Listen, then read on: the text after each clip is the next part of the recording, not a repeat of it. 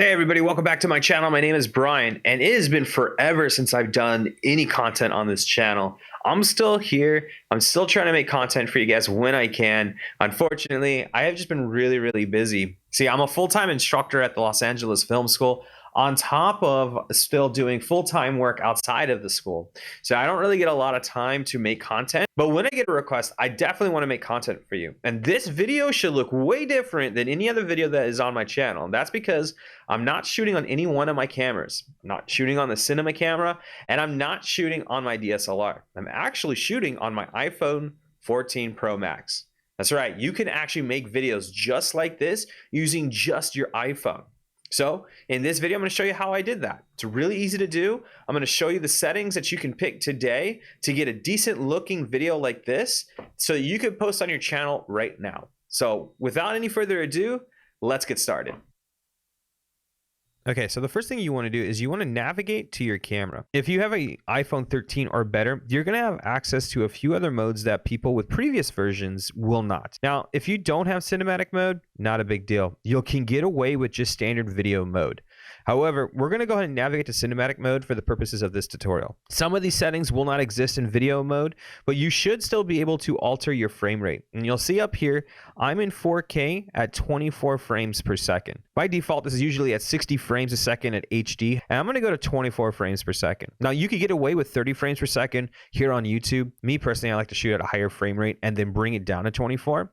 But just to get started, I'm going to start at 24 with cinematic to get this nice polished look. The next thing I also want to take a look at is my f-stop. Now, for the purpose of this video, I'm actually going to be going to about an f5 so that I don't have to worry about too much depth. The lower you go, the more blurring you're going to get in your depth of field, essentially. And this could become problematic depending on your video. I can also play with the flash. Now, depending on what your lighting is, and we're going to talk about lighting here in a second, you may want to turn on your lighting. But I actually don't use it because I have decent lighting here in my space. You're probably going to want to use some form of lighting here if you don't have decent lighting. Any lighting will help. However, the flashlight on your iPhone doesn't really get it done. I'm going to offer a link down below for some useful tools that you can get on Amazon right now. Just getting started with the ring light is going to do wonders compared to not having a light at all. And ring lights these days are cheap. If you want to just get started, a ring light will work. For me, I actually end up using a little bit more higher end material, such as an aperture. I actually have an aperture light that I'm currently using for this video. Good lights are pretty expensive nowadays, and I'm not saying go break the bank. We're trying to shoot this on no budget at all.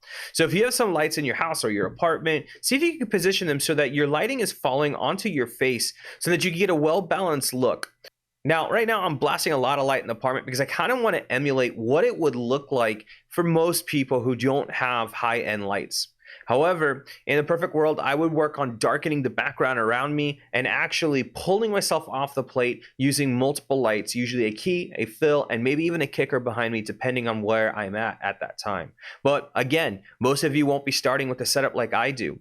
There's plenty of resources out there to get involved with the world of lighting, especially for film, and I encourage you guys to check those out. Once you're happy with the lighting, the last thing you need to worry about is how you're actually shooting. Actually, it's not the last thing you have to worry about, but as far as the video, it should be the last thing. My advice, always shoot in landscape. Don't shoot in vertical format. Now, unless you're shooting directly for vertical format video, my advice is always shoot in 4K in landscape.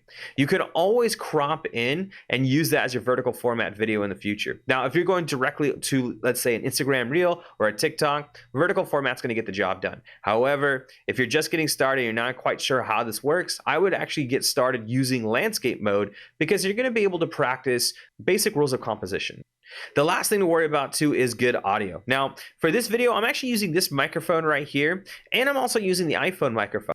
If I were to flip to the iPhone audio, it's going to sound like this, and it may not work depending on where you are. In some places where you record, you might actually have a lot of material on your walls. You might have carpet. You might, have blankets around that are going to deaden the audio in the room. I don't. I have carpet, but I have pretty empty walls around me. And so the audio in this room really echoes around.